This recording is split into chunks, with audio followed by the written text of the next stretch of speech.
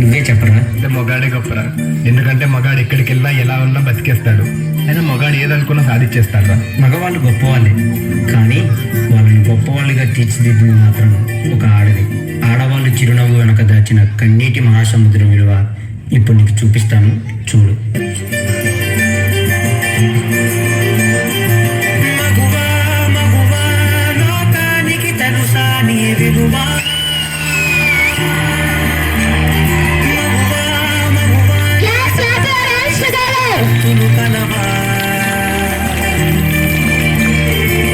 అటు ఇటు అన్నింటా నువ్వే జగమంతా పరుగులు తీస్తావు ఇంటా బయట.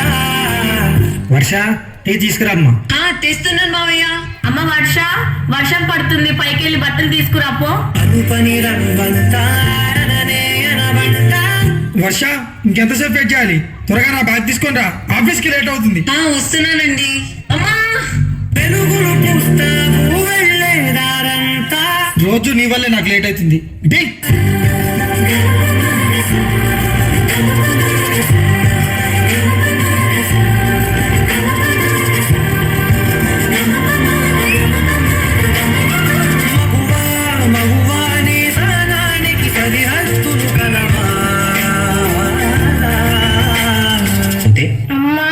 ఆకలైతుంది. అబ్బా, ఇప్పుడు ఈ బట్టలంతా ఉతికి ఇల్లంతా చదరాలా?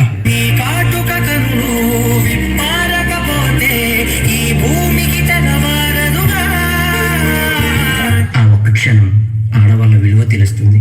ఈ కాటుల చేయి కదలాడకపోతే మనుగడ కొనసాగదుగా.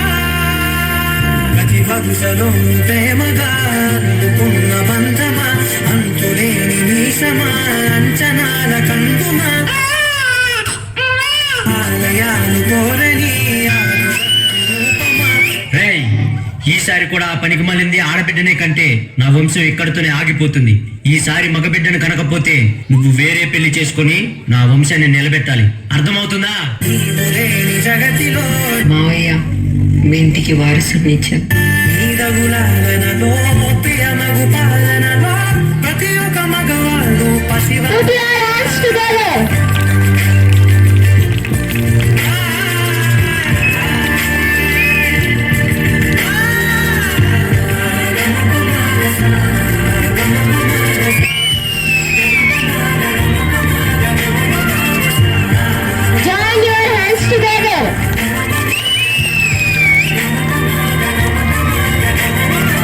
స్త్రీ తను మరో జన్మెత్తి మనకు జన్మనిస్తుంది.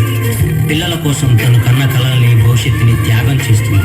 ప్రతి మగాడి విజయం వెనుక ఒక ఆడది ఉంటుంది అంటారు. వెనకలేదు, వెనకబడే ఉంది. మనం కింద పడితే అమ్మా అంటాం. అలాంటి స్త్రీని పడేస్తూనే ఉన్నాం, అగాధంలోకి పడేస్తూనే ఉన్నాం. ప్రపంచం ఎన్ని సంఖ్యలు వేసినా తన ప్రపంచంలో తాను స్వేచ్ఛగా ఎగిరే పక్షే స్త్రీ. దయచేసి పంజరంలో బంధించకండి. అవును, మగవాళ్ళు గొప్పవాళ్ళే, కానీ స్త్రీని గౌరవించడంలోనే ఆ గొప్పతనం ఉంటుంది.